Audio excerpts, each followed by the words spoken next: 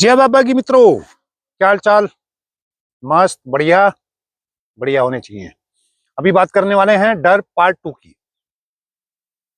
डर सबको लगता है, पहला पार्ट था डर किसको नहीं लगता, ये दूसरा पार्ट है डर किसको नहीं लगता। क्या वाहियात सवाल है। डर तो सबको लगता है। नहीं मेरे प्यारो, डर सबको नहीं लगता।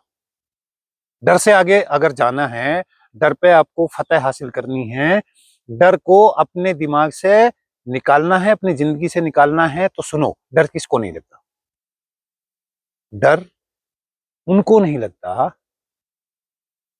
जो प्रैक्टिस करके डर से लड़ने के बाद अपने दिमाग से डर निकाल चुके हैं।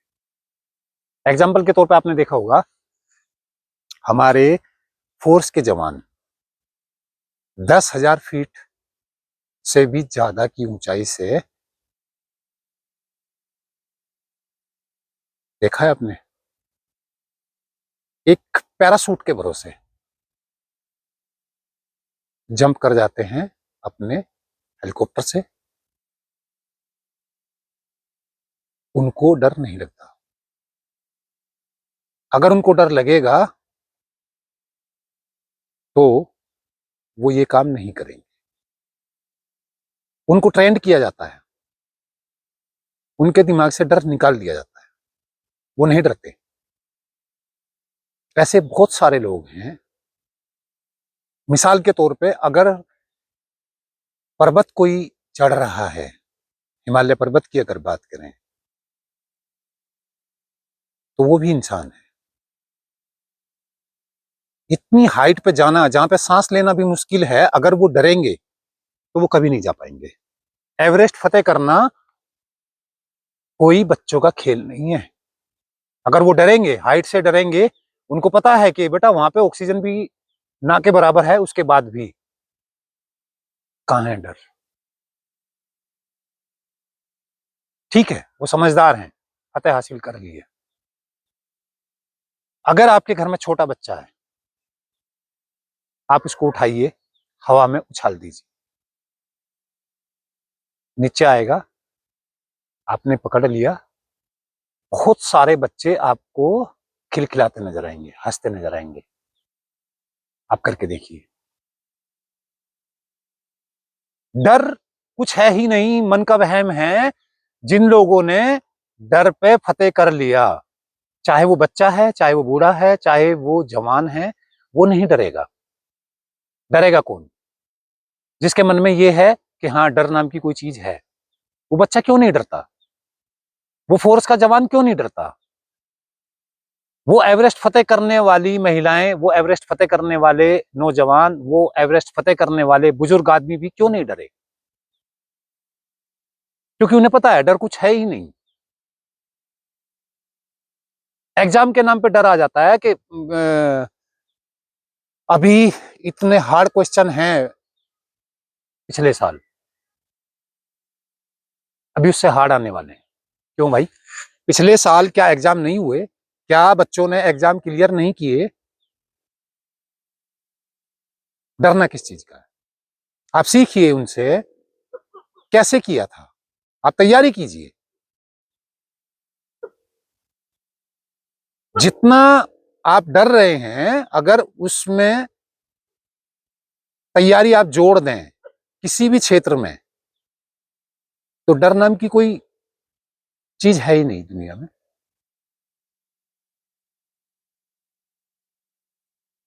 आप डरेंगे, आपको और डराया जाएगा, क्योंकि डर वहम है और ये बढ़ता है। जब जब आप डरते हैं, ये बढ़ता है। डरिए मत।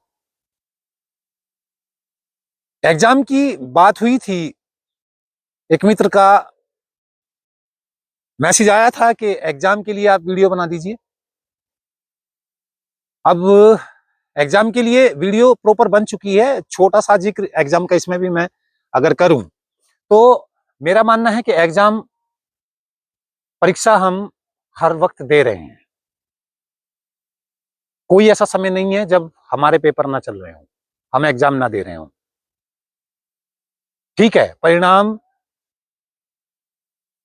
पढ़ने वाले बच्चों के कुछ टाइम में आ जाते हैं, इंटरव्यू वाले बच्चों के कुछ घंटों में आ जाते हैं, लेकिन हमारे जो पेपर चल रहे हैं, हम जो एग्जाम दे रहे हैं इस टाइम पे, उनके परिणाम साल, 2 साल, 5 साल, 10 साल, 20 साल भी लगते हैं।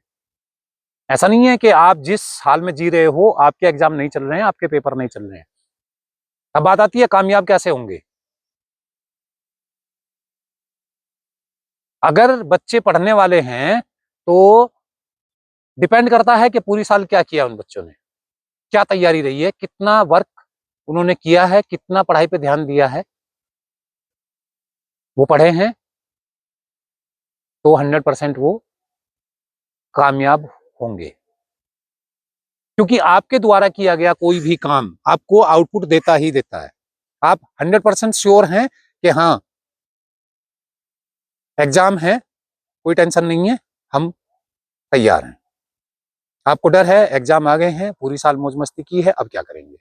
अब कोई शॉर्टकट नहीं है बेटा, अब आप कुछ नहीं कर सकते।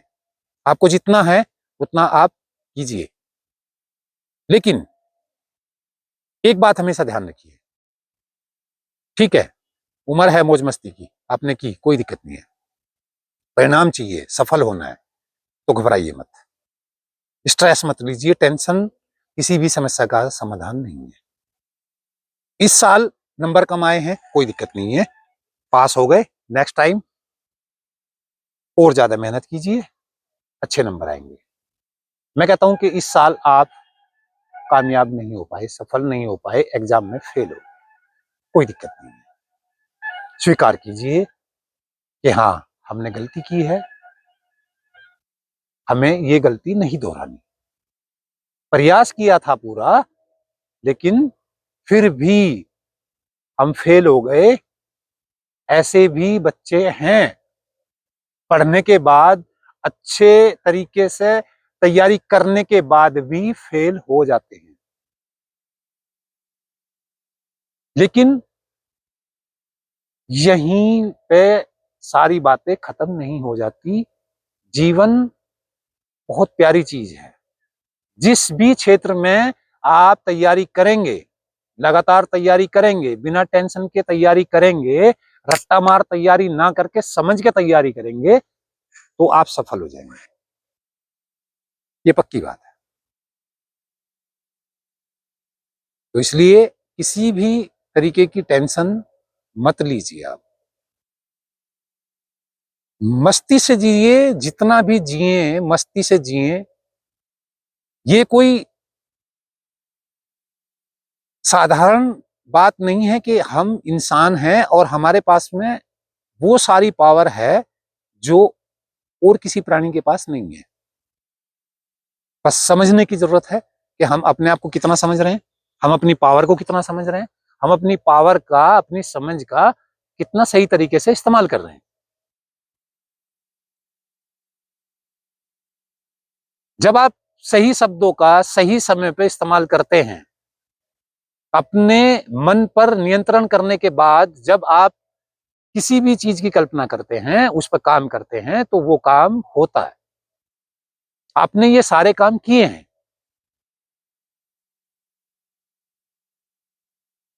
आगे भी होंगे, कोई दिक्कत नहीं है, हिम्मत मत हारिए। सबसे बड़ी बात है कि हौसला बनाए रखिए, कोई दिक्कत नहीं है, आप सफल होंगे। अपना खाने का, सोने का, पढ़ने का, खेलने कूदने का सिस्टम बनाइए, क्योंकि अगर आपके पास सिस्टम नहीं है तो फिर आप इंसान नहीं है, आप जीवन में उन्नति नहीं कर सकते, क्योंकि सिस्टम ही आपको जिता सकता है। और सिस्टम अगर है तो जीत पक्की है, सिस्टम नहीं है तो फिर कुछ नहीं हो सकता, ये भी बात है।